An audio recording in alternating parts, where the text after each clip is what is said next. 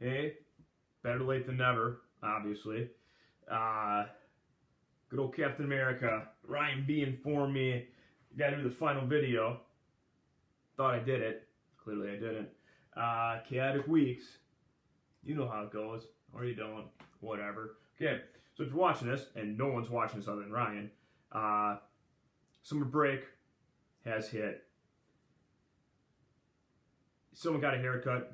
I don't intend to. I'm living the long hair life. I think this is the direction I want to go with it now. I think that's the way to go. Couple things here before I get into questions. All funny questions. One, have a great summer. Stay safe. For a vast majority of you, I certainly am not going to make the promise that, you're going to love high school and every moment of it, because that's not necessarily the case. It's not realistic. But high school for most students, when I say most, I'm talking about 99.9%. You'll enjoy high school far more than you'll enjoy middle school. High school, you just have more opportunities to do stuff. There's more clubs. There's different variety of classes, so you can really kind of pinpoint things you're interested in. Certainly, at the middle school, I thought this year more than last year, there's some more opportunities in terms of more interesting type things you could take that weren't available to last year's 8th graders or the previous year's 8th graders. Again, I hope we go back in fall. Anything I told you be a pure guess. There you go.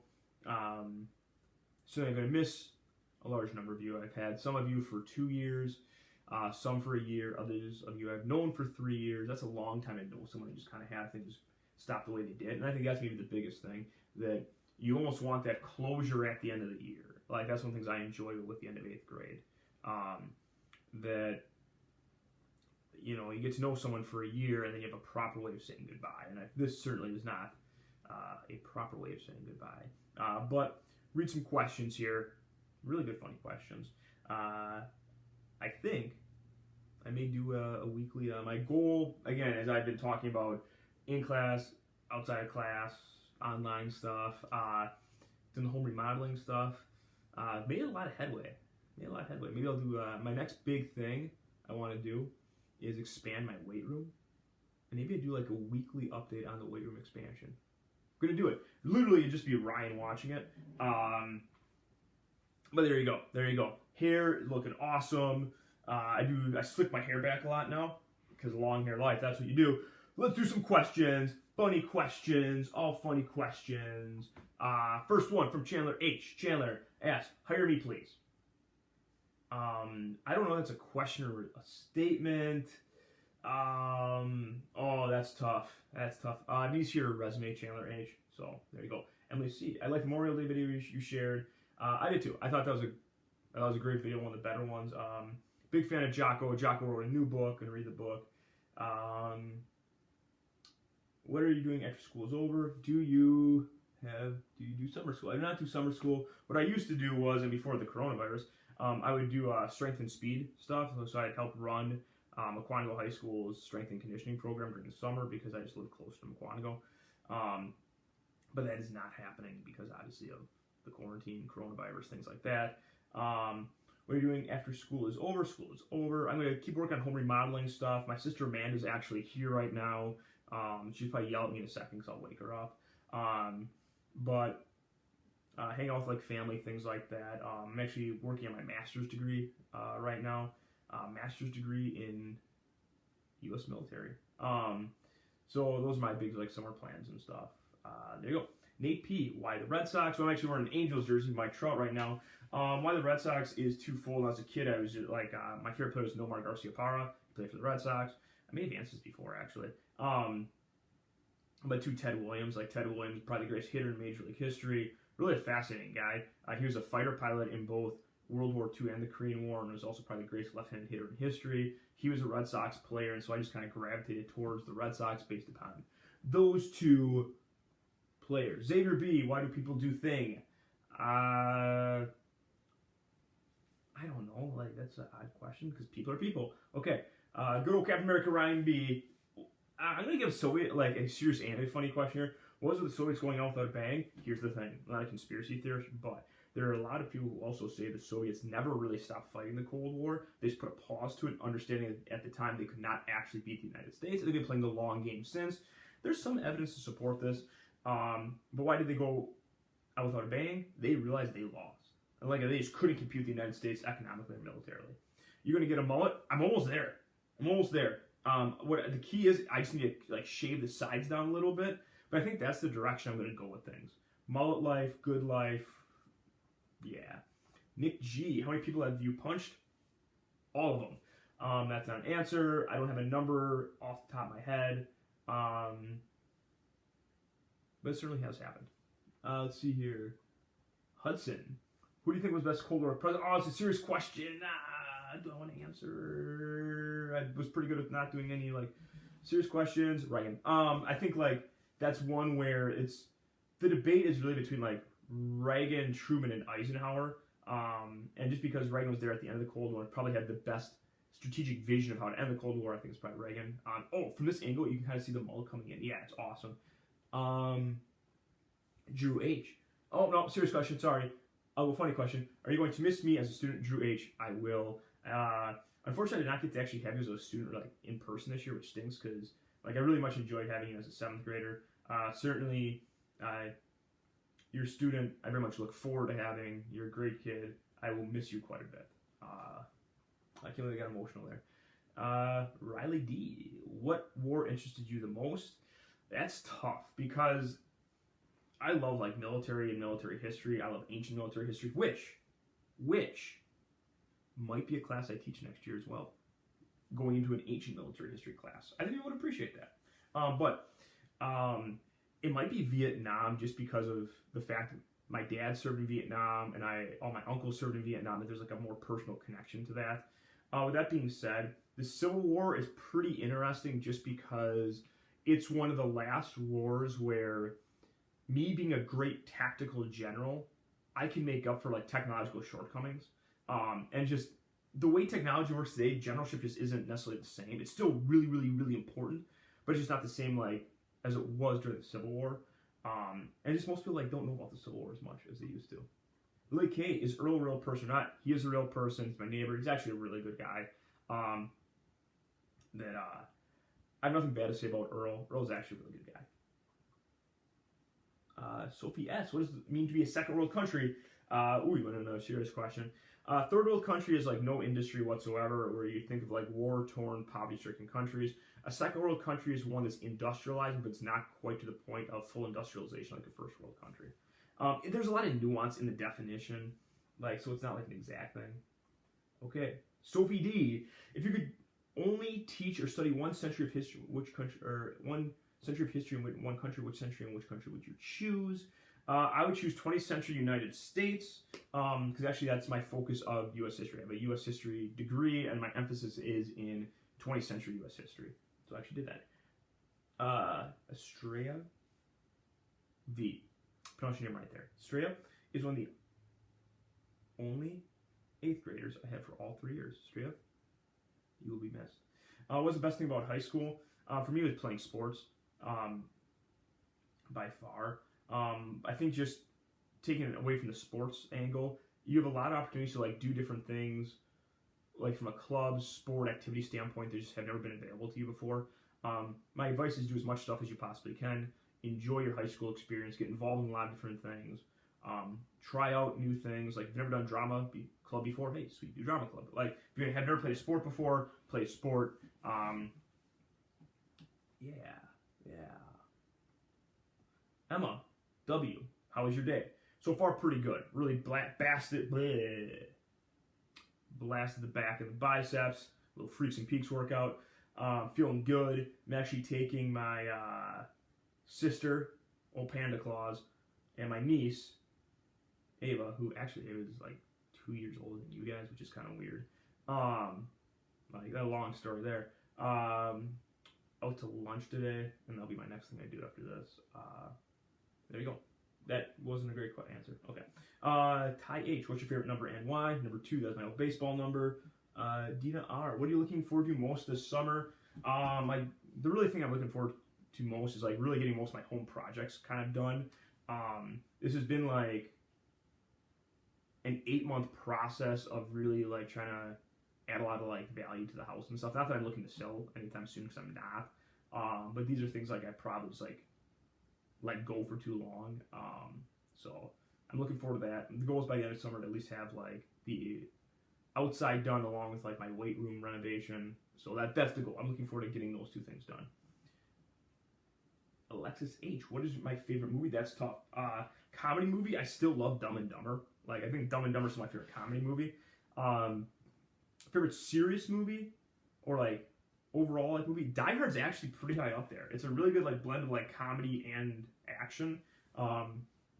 Man, any of the Rambo movies are gonna be pretty high up there. Gladiator's up there, Braveheart's up there, The Patriot's up there. I'm naming a lot of action movies. If you looked at my favorite movie list, the top 10 are basically all action movies. But I'm going to say Die Hard right now. Elizabeth D, what's your favorite thing to do during the summer? It used to be coach baseball, but because of the coronavirus stuff, that's not going to be the case this year.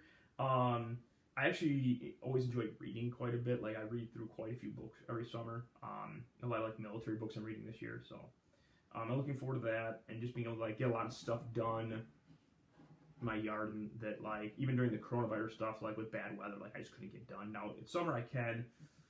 M and J, did you enjoy online schooling? Not really. I like having the face-to-face interaction, and then it's simple as that. Like, you can't really joke around with people as much and things like that.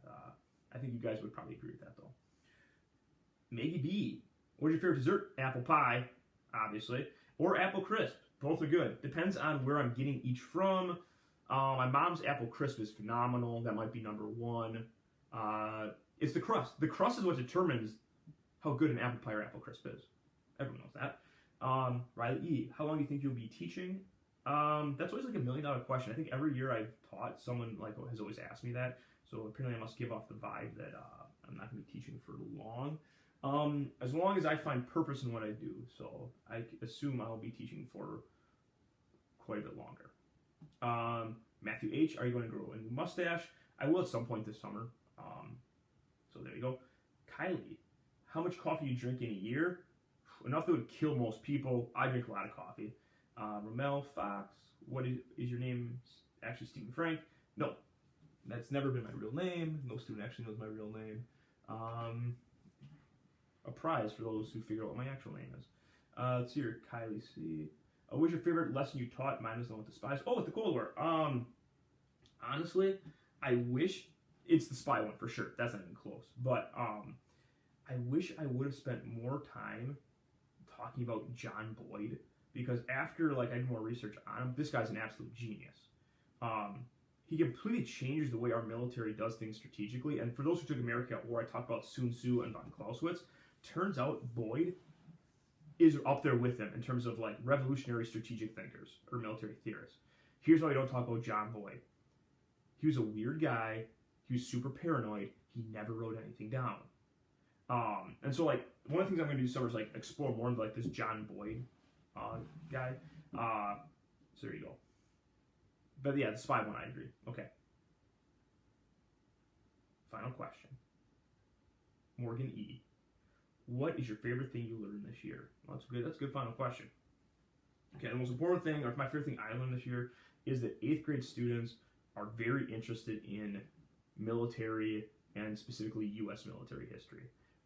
When I was asked to come up with a couple elective classes, I had that on the list thinking most students wouldn't pick that.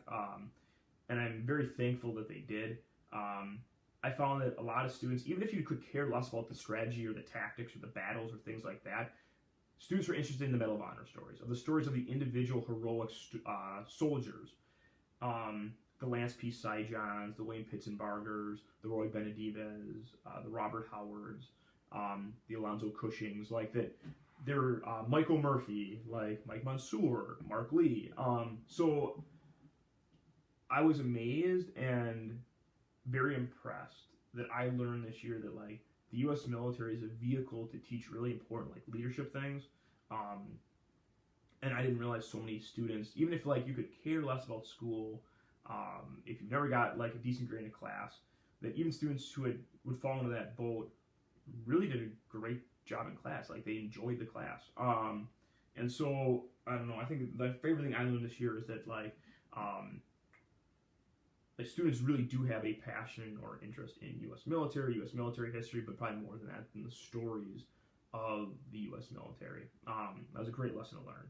So, okay, long video, but it's a final video. Couple things. Okay, one, thank you.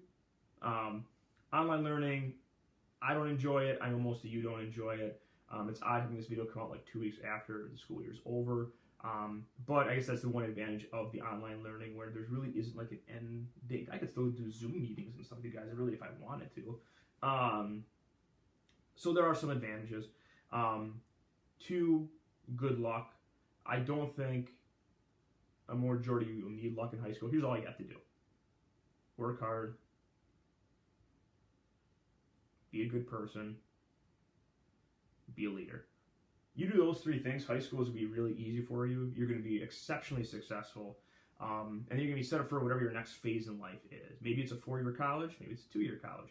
Maybe it's the military. Maybe it's going into the workforce. Regardless, if you work hard, if you're a good person, if you show leadership, and if you treat other people like human beings, good things will happen to you, regardless of the path you go on. So take those words of advice. Maybe the most important bit of advice I can give you as you move forward in your life journey is, for those who remember America at War, I says quite a few times, I firmly believe this, discipline equals freedom. If you want to have the freedom in your life to do what you want and to go on the path that you want to, you need to be a self-disciplined person. Have self-control. When everyone else is going out, staying out late at night, and you have a big project due the next day, like, have the self-discipline to get that project done. When other people are making poor decisions and getting involved in stuff they shouldn't do, have the self-control and the self-discipline to not follow the crowd. Think for yourselves. Like, that's self-discipline. If you're a self-disciplined person, you're going to have the freedom to do whatever you want in life. And that's a powerful, powerful thing. So, have a great summer.